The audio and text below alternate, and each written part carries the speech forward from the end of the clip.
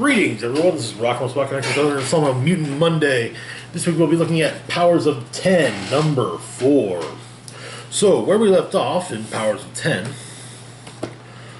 Okay.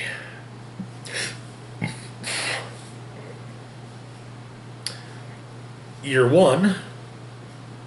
In the Year 1 era, Professor X and Moira McTaggart recruited Magneto to their cause. In the most recent events, so in the present House of X, an assault on the Orcus Forge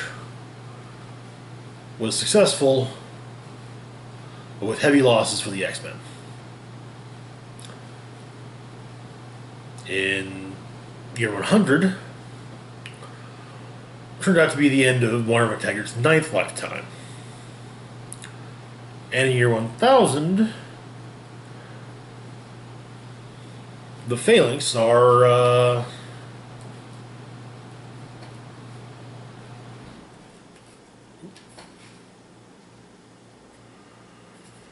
the Phalanx had arrived. I want to make sure that had the right points. So, okay, so we begin with a quote from Professor X.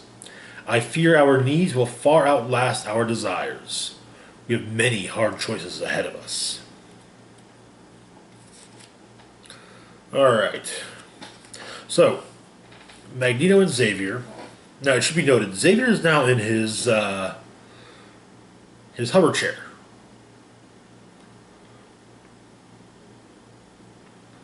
So, when Xavier went to see Magneto, he was in a wheelchair. When he met with Moira, when him and Moira met, he was not handicapped. So that's something. There's something interesting going on with the timeline here. So they arrive at Bar Sinister and are met by, which turns out to be an island full of Mr. Sinisters, which I'm not really sure how I feel about that.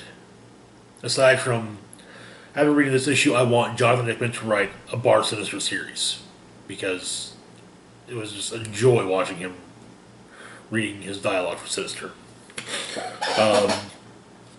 So they meet with Sinister. The Sinister who happens to be in charge. First off, Sinister, the one in charge, loves Magneto's cape. And, in fact, wonders aloud why he doesn't have one. One of his advisors, also a Sinister, says, you know what, you should. Oh, yes, it's terrible you don't have one. As long as you should. When he's asked why he didn't say anything, it's not my mind. But yes, so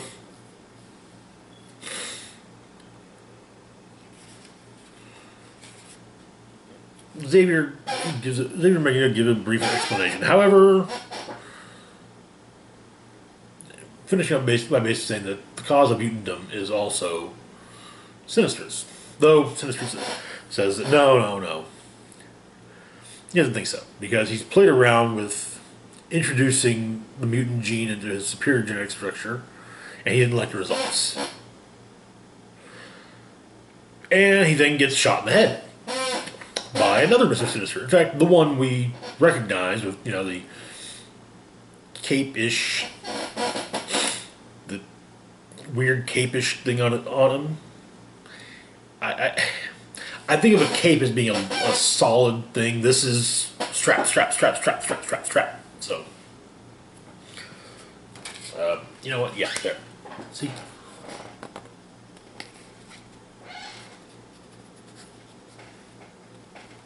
See? Yeah. I mean, yeah, technically speaking, it's a cape. But, yeah. So, anyway, this turns out to be the Sinister who has the mutant gene. He claims that his mutant powers overthrowing tyrants as being absolutely fabulous. But he's totally in. He loves this idea. And so going along with Xavier's suggestion of focusing on a database of mutant DNA, and the fact that Xavier and Magneto will provide hard to get samples, including their own, he's all in. And then Xavier explains that the next thing is that they need Sinister to forget why he's collecting the samples, and that he ever met with Magneto and Xavier until the day he tells them to remember. We get the red bar, which is red diamond, which is all the best news and gossip from Bar Sinister. We'll actually get to that after both the rest of the issue. So,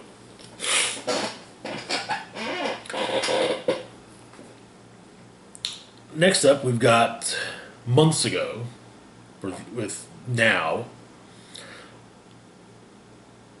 Professor X brings Doug Ramsey to Krakoa. Doug communicate first. It should be noted, Doug has a transmode arm.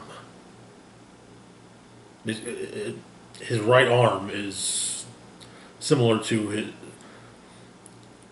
I'm not sure if Warlock is alive still or not, but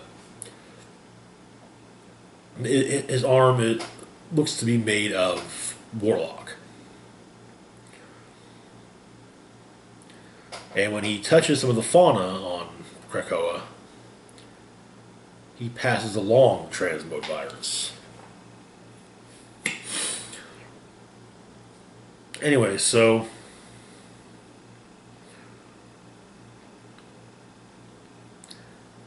basically the purpose of bringing Cypher here was so Xavier could introduce Cypher to Krakoa, and the two could begin to learn. And basically, Cypher could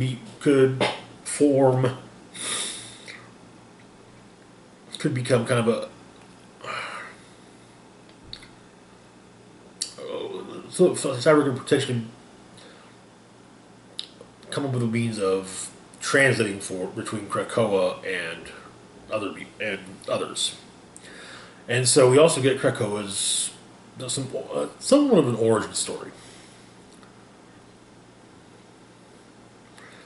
And this is also to explain why Krakoa is unhappy or sad. How we were Okara, the one land, ancient before the world existed, but not yet old in the way that they were old. The twilight sword of the enemy tore the world asunder, and what was one became two, Arakko and Krakoa. And from the chasm between them, from whatever wicked place they came, the enemy poured into this world. If not for the man who was not a man, the first mutant, the warrior god in blue, Apocalypse, the world would have fallen. But using all his mighty powers, he stood in the gap, pushed Arakko through the chasm, set his four to sentinel that land, and sealed the chasm shut, never to be opened again. It was a thing that had to happen. It was, but Krakoa remains alone, a half not whole for now and forever.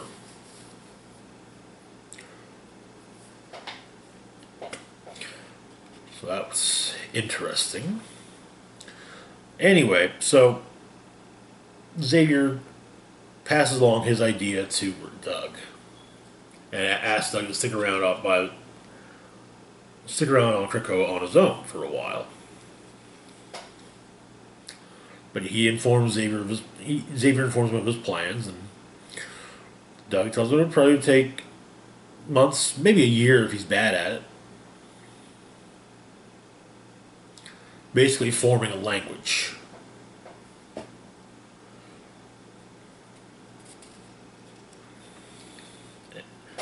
Now we have a breakdown of current Krakoa systems. Okay, so first off we have Krakoa, an interface built by Doug Ramsey. The translation program so that other mutants can interact with the island without needing Cypher to act as a go-between. Then we've got 4 systems. Transit and monitoring run by Sage. Defense and Observation, run by Black Tom Cassidy.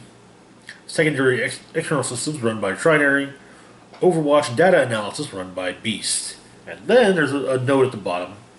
While there has been no actual evidence of a Krakoan skunk works existing, there are rumors of a massive subterranean laboratory where Forge is busy building biological machines that could possibly be used to manage a mutant expansion on the island. Interesting. Alright, now on to year 1000. The first of the elders speaks with the Phalanx, explaining that they are ready for conversion and hope for ascension.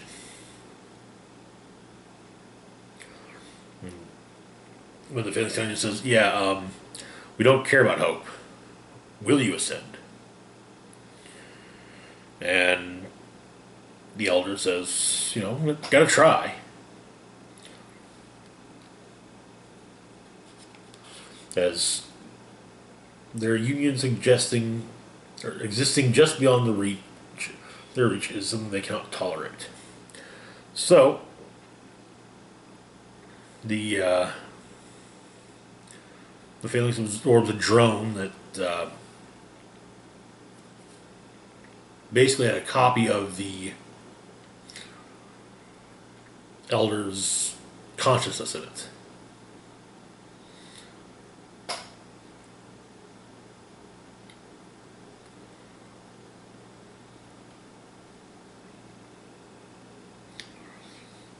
And the Elder is now part of the Phalanx. The other Phalanx, and the consciousness begins to take control. And the other Phalanx present form into one. And it's explained the Phalanx of the Forerunners of the Galactic Empire that they believe has dominion over the entirety of the known universe. Of course, Empire is inaccurate. It's believed that neither their actions nor desires are in any way imperial. It's just the only word that conveys the scale that we're talking about. The Phalanx have the ability to integrate any machine into their collective. After a period of time, if that intelligence is found useful, worthy, it will eventually ascend to be part of the greater collective, subsumed into the Empire.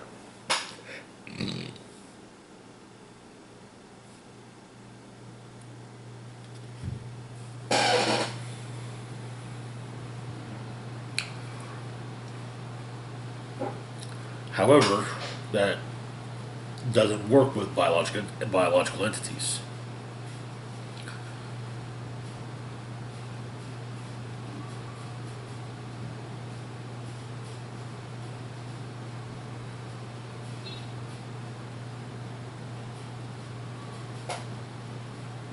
And now they're waiting to see if the whole idea of uploading their consciousness into machines is a gamut that will work.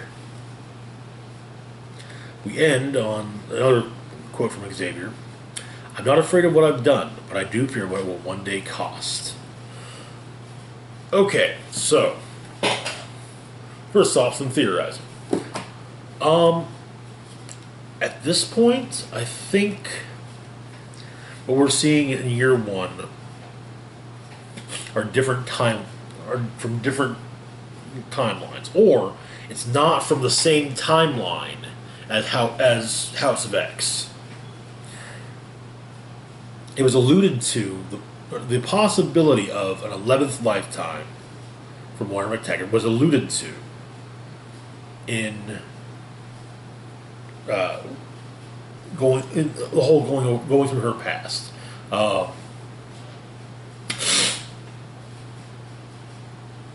By destiny. I think we're either seeing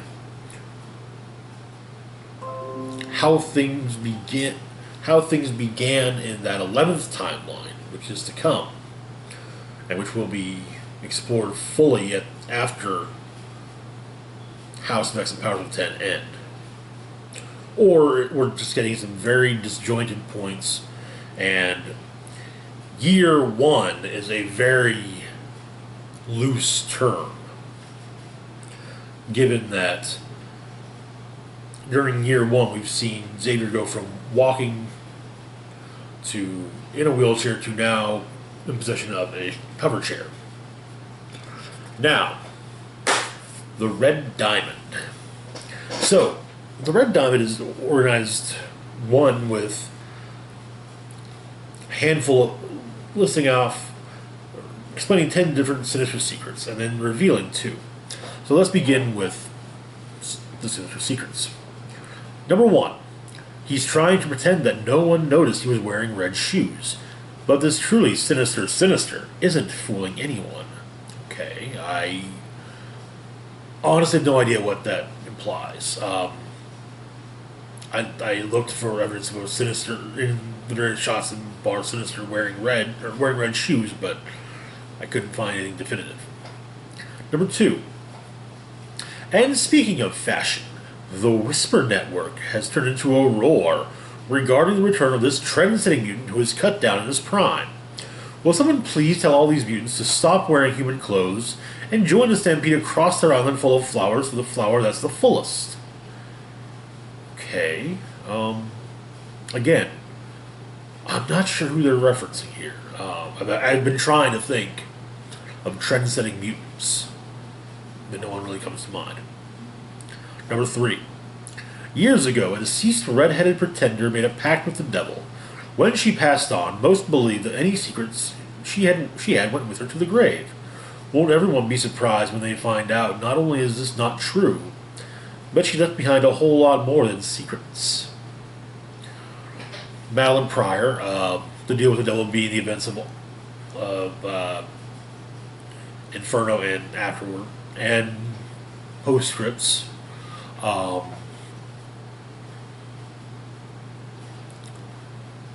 As for what more she left, she did leave behind a son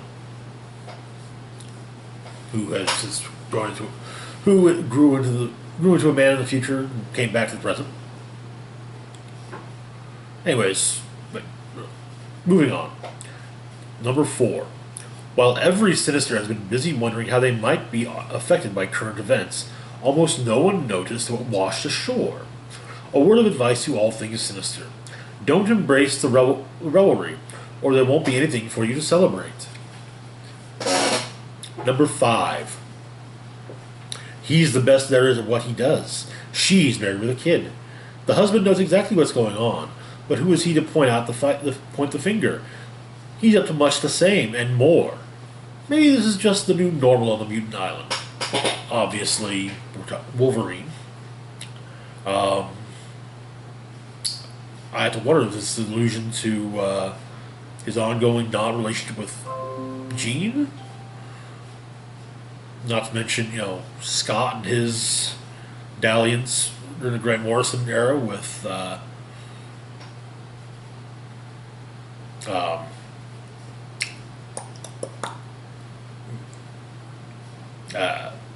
Emma Frost. Yeah, the only thing that really makes me kind of want to question this is the kid portion.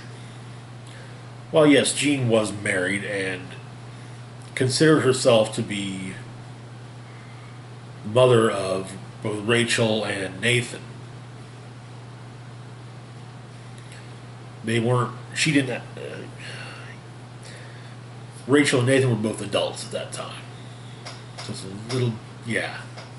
Anyway. Everyone believed that the plan of this Progerian mutant with secret sinister ties was foiled, but little did the gifted ones know that the destroyed samples were switched out beforehand. I think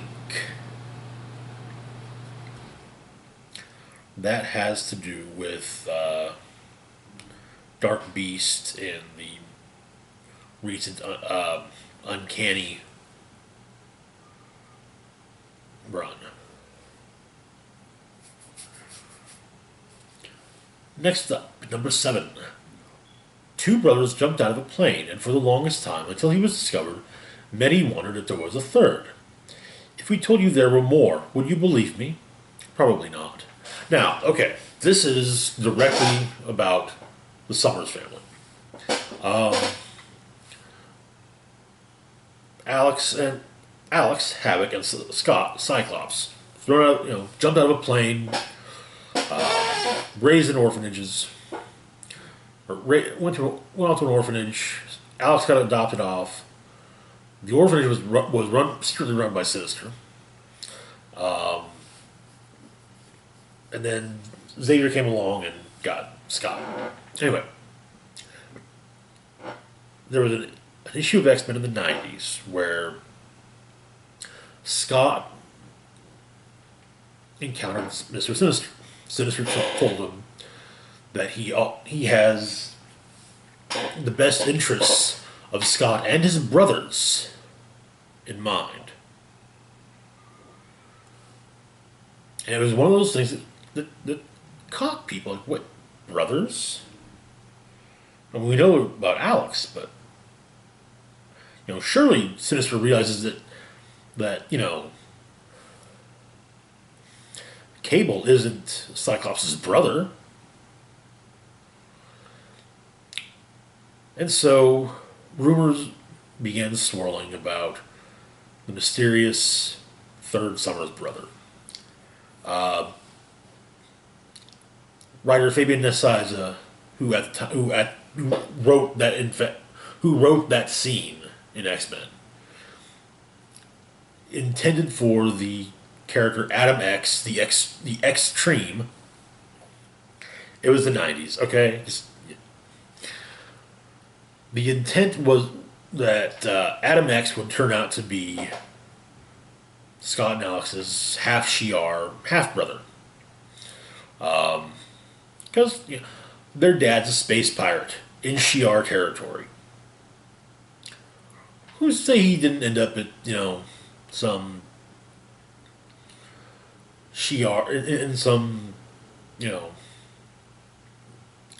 picking up some Shi'ar woman in a bar years and years ago, hooking up, and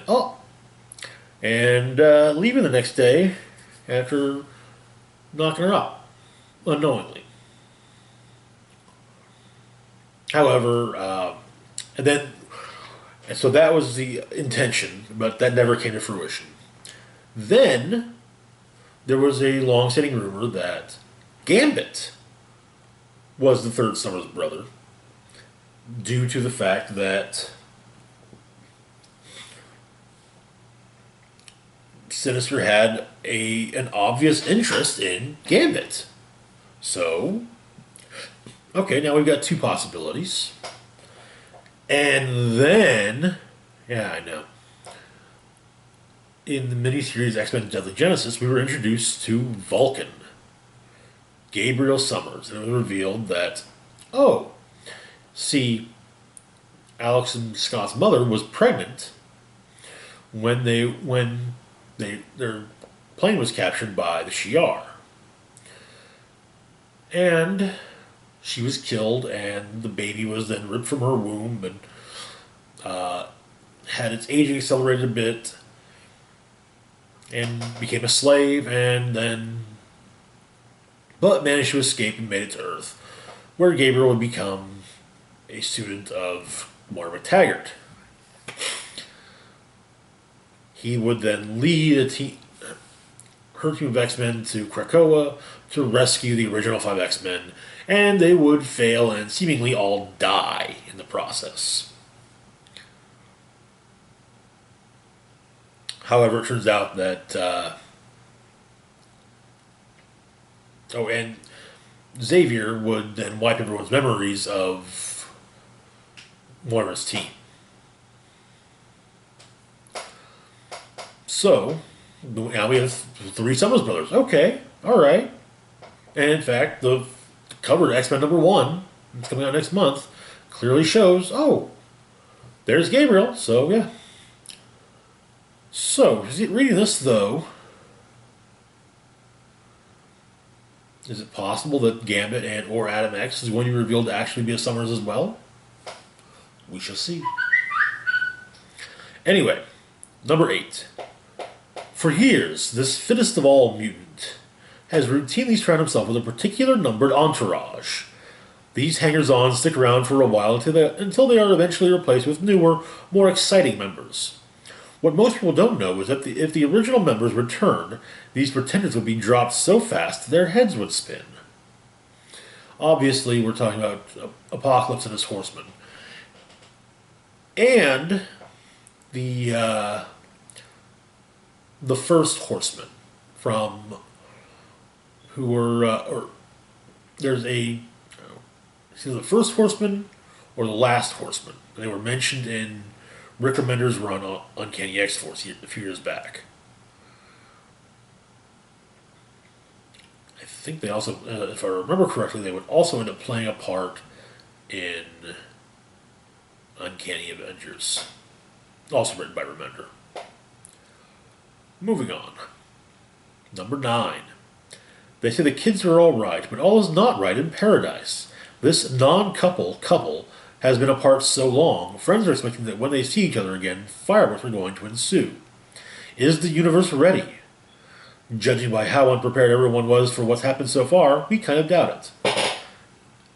This is another one where it's like, trying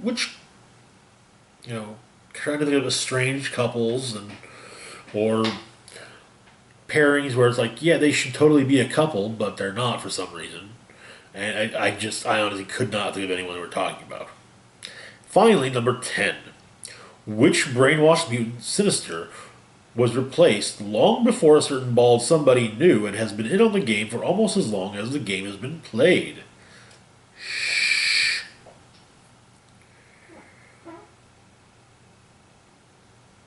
Well.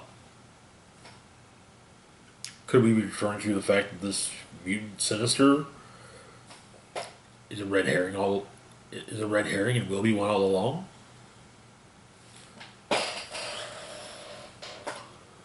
Anywho,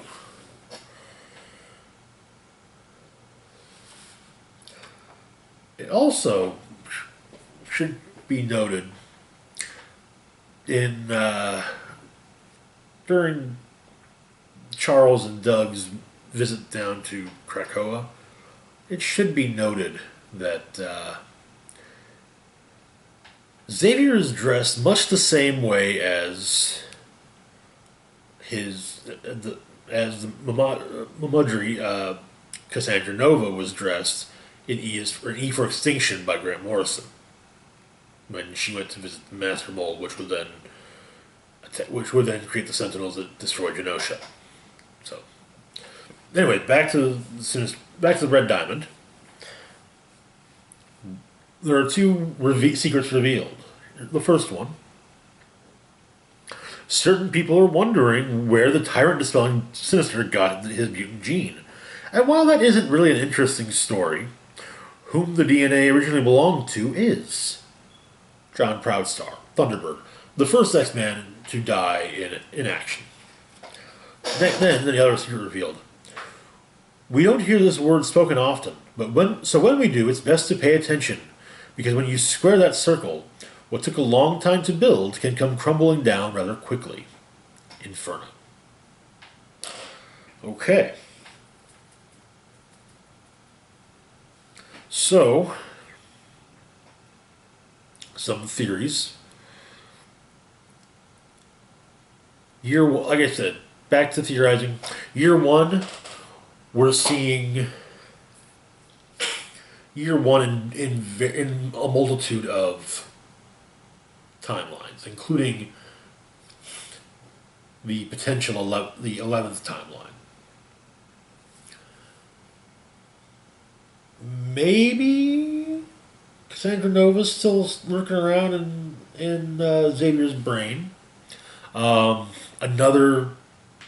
Something else that lends some credence to this is back in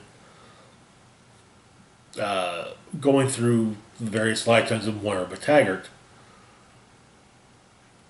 the speech that Xavier gives to say, come out as a mutant in Lifetime 2 is very similar to the speech he gives when he outs himself as a mutant under the control, and he was under the control of Cassandra Nova back in New X-Men. So it could just be to, make a nod to the Morrison era. But I don't think it's that simple. Especially given how Xavier has not been mentioned at all in the solicits for any of the Dawn of X books.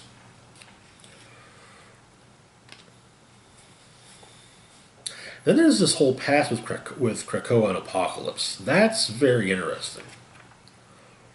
It's also interesting to see Apocalypse be mentioned historically as in a heroic manner. As for Year 1000, part of Year 1000 is what is also the 11th lifetime. Anyway, that's it for now. As always, feel free to like, share, and subscribe. Links to my Facebook, Twitter, Patreon, and PayPal can be found in the description box down below. Later on this week, we'll definitely be having reviews of Ad Astra and Rambo Last Blood. Possibly also a retro review on House of a Thousand Corpses and the Devil's Rejects, and a review of Free from Hell. Basically, if we've got one, we're going to have the other. So, as always, this is Rock and Roll Spock signing off, saying, live long and rock hard.